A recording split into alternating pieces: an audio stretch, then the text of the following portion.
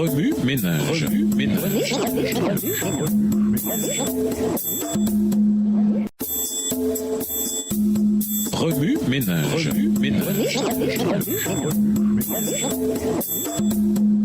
Bienvenue dans votre émission Remue ménage. Nous voilà à la leçon de lundi, amour, réprimande et doctrine. Lisons Galates 4, verset 12. Galates 4, le verset 12. Soyez comme moi, car moi aussi je suis comme vous. Frères, je vous en supplie.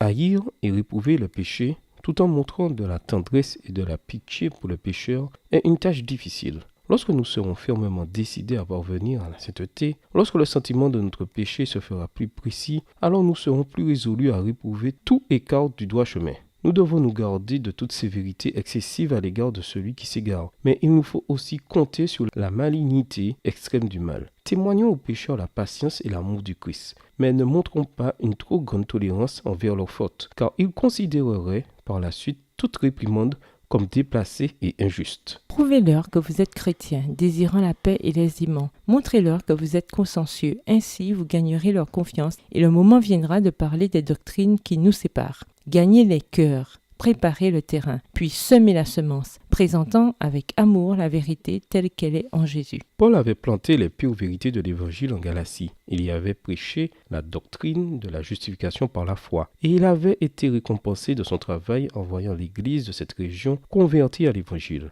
C'est alors que Satan commença à semer la confusion dans l'esprit de certains croyants au moyen de faux docteurs. Les prétentions affichées par ces docteurs, ainsi que leur pouvoir d'accomplir des prodiges, troublèrent la vision spirituelle de nombreux nouveaux convertis qui furent induits en erreur. Pendant un certain temps, Paul perdit son autorité sur les esprits de ceux qui avaient été abusés, mais en s'appuyant sur la parole et la puissance de Dieu et en récusant les interprétations des docteurs apostats, il put montrer aux chrétiens de Galatie qu'ils avaient été trompés et parvint ainsi à déjouer les desseins de Satan. Les nouveaux convertis revinrent donc à la foi et furent prêts à prendre position pour la vérité en toute connaissance de cause. Remue ménage, aujourd'hui au sein d'une culture qui nous dit « laisse-moi être moi », est-il toujours pertinent pour les chrétiens de corriger les fausses croyances et de mettre en garde contre le péché ? C'est une chose de dire que nous devons réprimander avec amour, mais comment réagirions-nous si nous étions confrontés à une tendre réprimande ? En quoi cette introspection nous aide-t-elle à nous approcher des autres lorsque nous devons être ceux qui la leur adressent ? Au revoir. Et à demain si Dieu veut.